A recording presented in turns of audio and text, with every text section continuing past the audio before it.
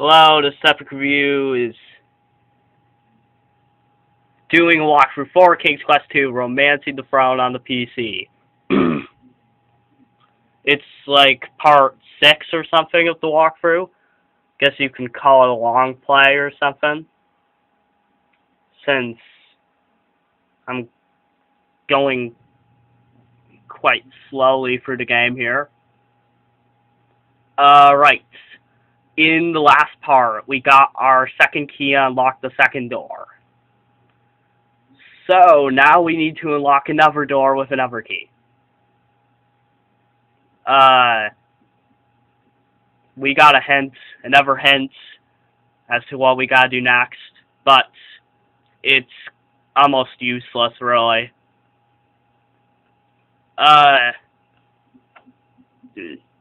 We gotta go back to the swamp, because there's something new there.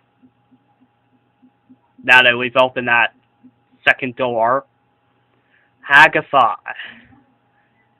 If you have the protection spell, she dies at your feet, or she disappears, when you're around. So, it's a cool thing to have the protection spell, definitely. It runs out eventually, though. And if you don't have it, then she's a threat. Right, here we are, the swamp, finally. So, there should be something new around here.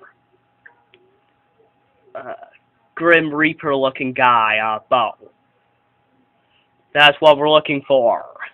Yeah, sometimes what you gotta do is totally random and you just gotta wander around until you find something new in this game. Typical old school gaming. Right. Yeah, I've been curious. You've probably been curious as to what's past the swamp here while playing the game so far. Up to this point, we haven't been able to cross the swamp, but now we finally can.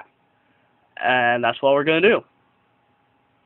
If I can ever find this boatman.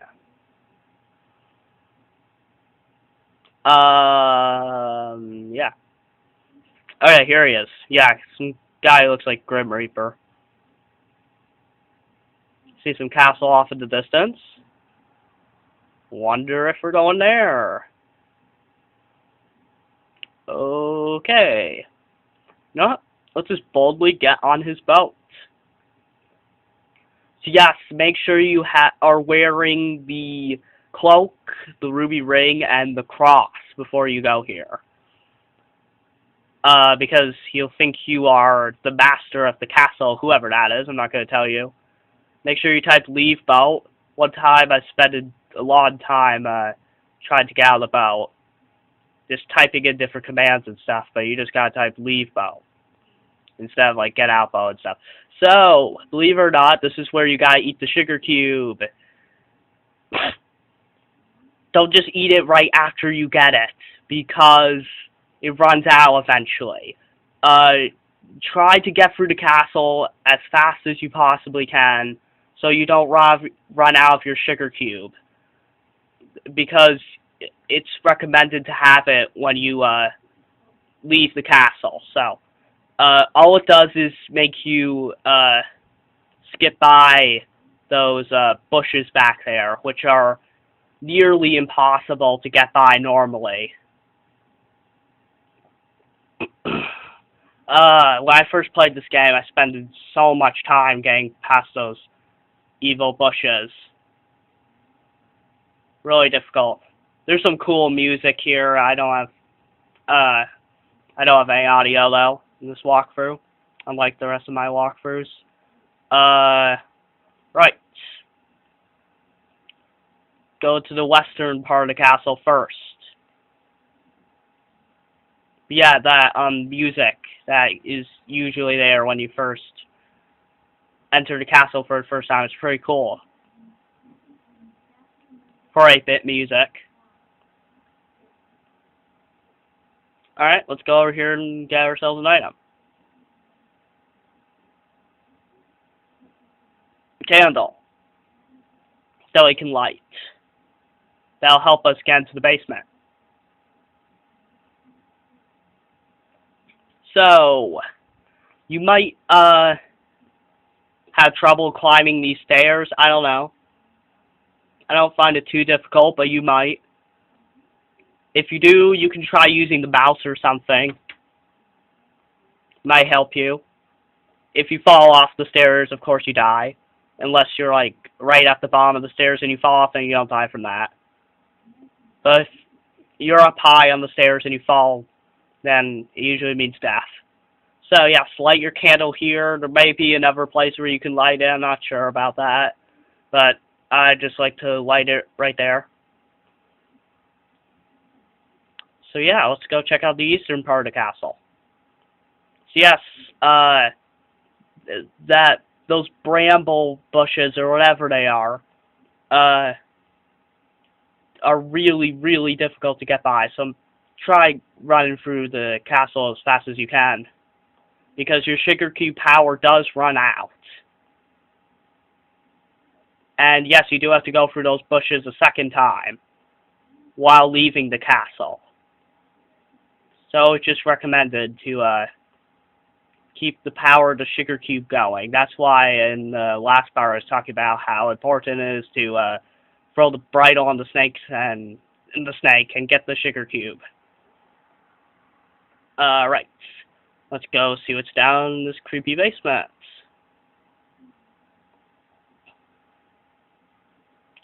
The master of the castle, maybe. Mild spoiler. Yeah, save your game before you open this thing. Just type open lid or something.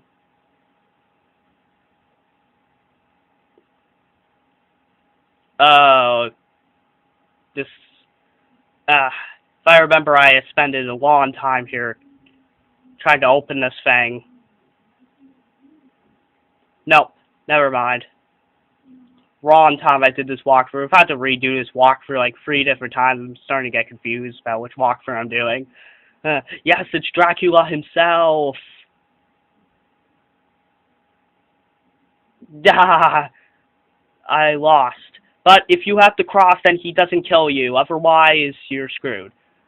But if you kill him, you get a ton of points. So make sure you do that.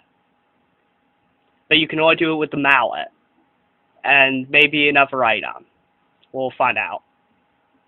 Kind of a brutal killing right there of Dracula. Kind of violent for a King's Quest game.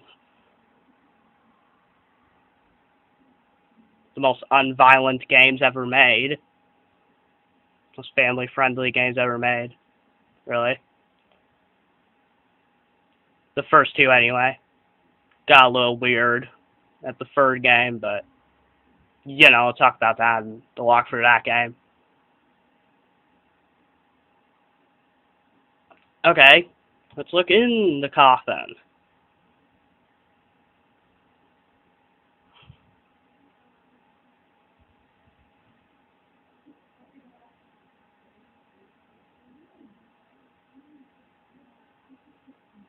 Oh, this might be the part that I'm at for, like, ever. Because I can't find the right word, coffin. For some reason. It totally escaped me. So I spend like a whole minute here. Maybe not that much time, maybe just a few seconds, but it seems like a whole minute had gone by. That's the only drawback is the type-based controls. They don't understand what you're talking about half of the time. I mean, I like the type-based controls. It gave the game, the early King's Quest games, lots of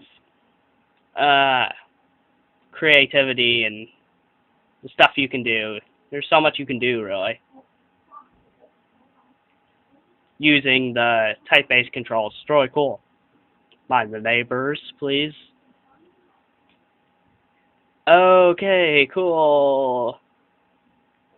Let's take the item, because King Graham takes everything that isn't nailed down. Graham is quite the thief. He just goes into people's houses and takes their stuff.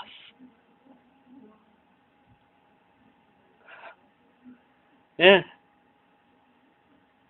And, oh, okay, yeah. I think the end of the part's coming up soon here. By soon, I mean now.